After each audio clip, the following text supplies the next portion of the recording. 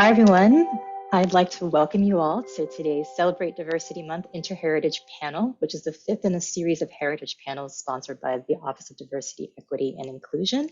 My name is Karma Lowe, and I'm the Associate Dean for Diversity, Equity, Inclusion, and Community Engagement at the Columbia School of Social Work. I'd like to now give a visual descriptor and like to thank one of our former panelists, Yomi Wong, for introducing us to this practice of a way to make our event more accessible. I am a Black woman with caramel mocha colored skin, I guess. I'm wearing some square rimmed glasses with tortoiseshell. I have curly, kind of wild black hair. I'm wearing a red, sort of orange scarf and a dark blue blazer. Before we begin, I just want to give a land acknowledgement and cover some logistics for today's events. We respectfully acknowledge the land on which we gather is occupied, unceded, and seized territory.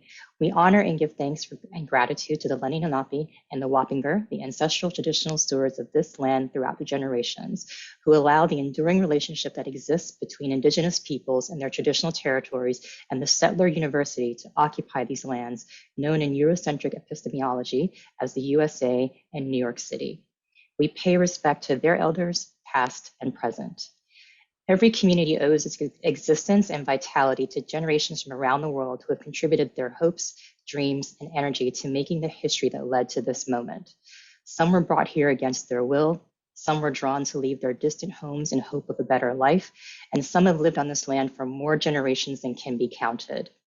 Truth and acknowledgement are critical to building mutual respect and connection across all barriers of heritage and difference. We begin this effort to acknowledge what has been buried by honoring the truth.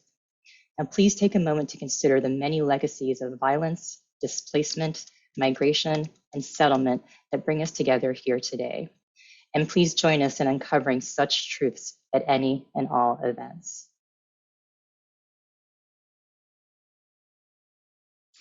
Our main objective for today's panel is for the collaboration among various identities to share and honor alternative and authentic narratives that are counter to the dominant narratives that perpetuate the stigmatization and oppression of Black, Indigenous, and folks of color. In a moment, we will begin the discussions on the panel's main themes, identity, belonging, and activism, with a special focus on shared intergenerational trauma and interheritage solidarity. As today's event centers and honors personal narratives, we ask everyone to respect our panelists, yourselves, others, and the environment. There may be some topics without further ado. I'd like to pass the mic especially with respect to oppression and colonization. Chris Swan, who'll be in those moments, please feel free to take care of yourself and to step away from the screen. Hello, everyone. Thank you very much for being here today. Without further ado, I'd like to pass the mic to my colleague and co-conspirator, he, them Chris pronouns. Swan, who'll be moderating our panel. I'm currently located on Lenape lands. Hello, everyone. Thank you very much for being here today. I am of East my name Asian is descent. Christopher Yongha I Won, have he, short them black pronouns. hair, as well I'm as currently facial hair located on Lenape beard and a mustache.